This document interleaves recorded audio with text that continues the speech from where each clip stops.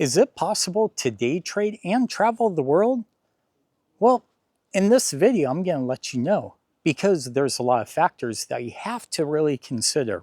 So, my name's Jason, Day Trading Fearless. I've been traveling the world for the last year. I sold everything I own and I said, screw it, let's go have fun. Let's go enjoy life.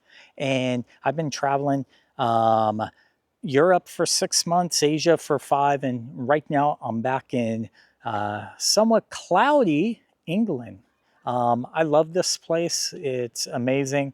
So it's probably one of my funnest places that I've been to. But here's the thing. When you day trade, you need certain hours. Now, people talk about, oh, dude, that'd be cool. Go travel wherever you want and trade. Yeah, it's cool. But don't forget, everybody has a different time zone.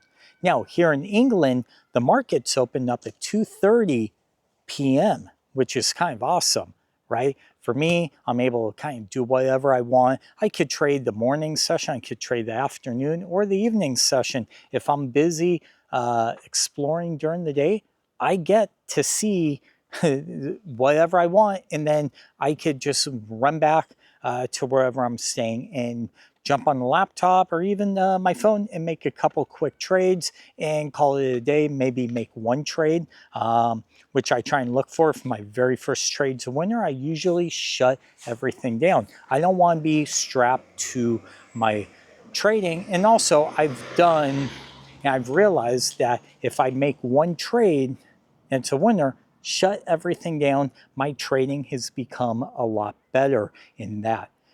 Now, where does it suck to trade? Well, Thailand, Bangkok, right? Vietnam, I was in Bali. Markets don't even open till like 9:30 p.m. out there.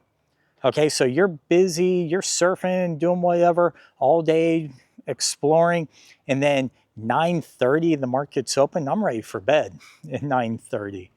Okay.